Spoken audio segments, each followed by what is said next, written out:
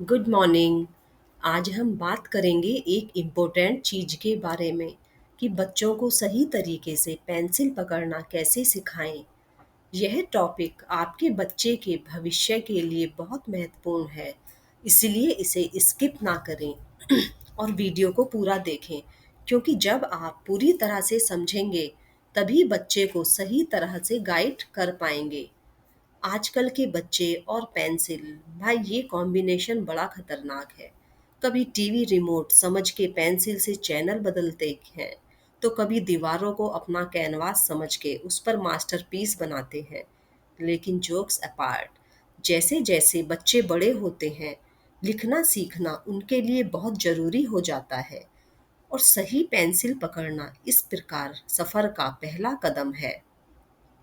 अगर शुरुआत में ही सही पकड़ नहीं बनी तो आगे चलकर लिखने में प्रॉब्लम हो सकती है।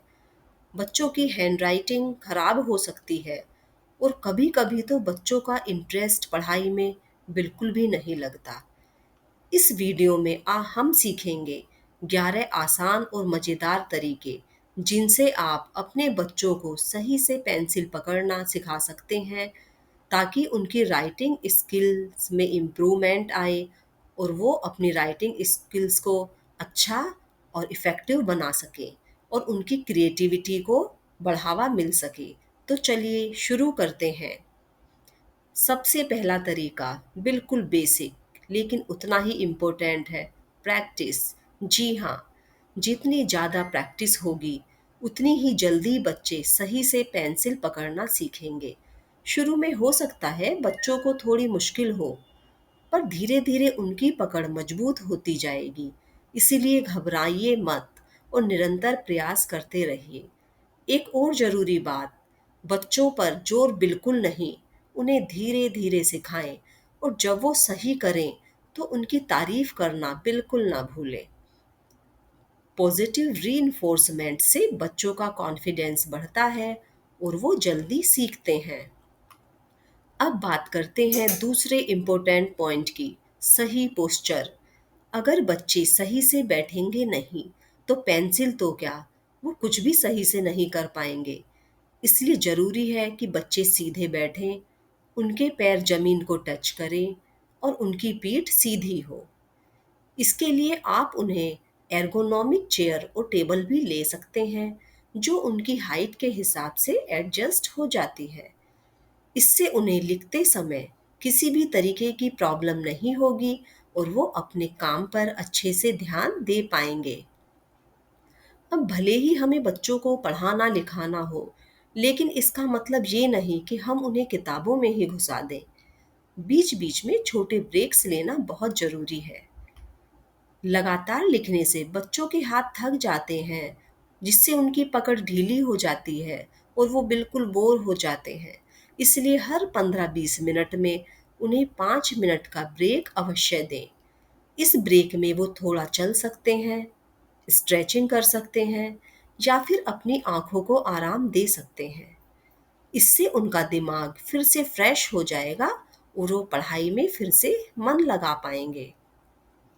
अब बात करते हैं कुछ टूल्स और टेक्निक्स की, जो बच्चों को पेंसिल पकड़ने में मदद कर सकते हैं।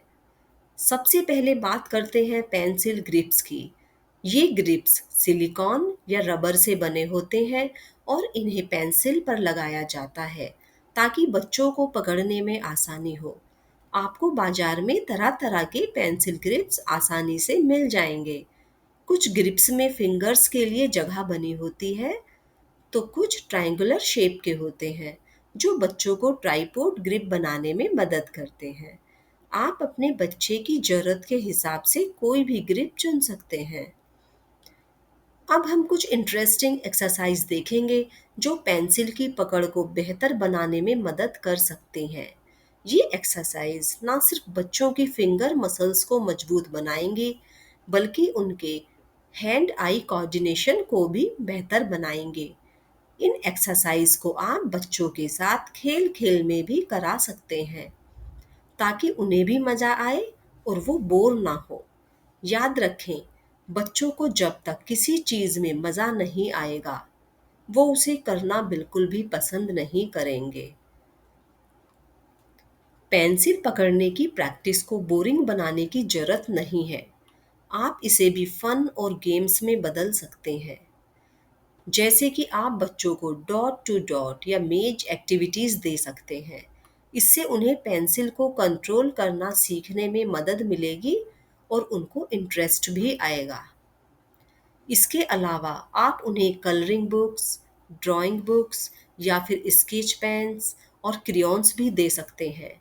इससे उनकी क्रिएटिविटी भी बढ़ेगी और उन्हें पेंसिल पकड़ने की प्रैक्टिस भी होती रहेगी। सबसे पहले क्ले और डो से शुरू करते हैं।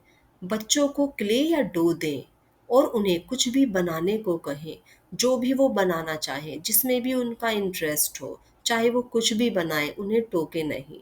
इससे उनकी फिंगर मसल्स मजबूत होगी और उन्हें चीज़ों को ग्रिप करने का भी अंदाजा होगा। इसके लिए आप घर पर ही आटा गूंथकर उन्हें दे सकते हैं या फिर बाजार से प्ले डो भी खरीद सकते हैं। ध्यान रहे कि क्ले या डो नॉन टॉक्सिक हो, ताकि बच्चों को कोई नुकसान ना हो। और जो भी एक्टिविटी आप बच्चों को कराएं, वो अपनी ऑब्जर्वेशन में कराएं, बच्चों को ऑब्जर्व करते रहें।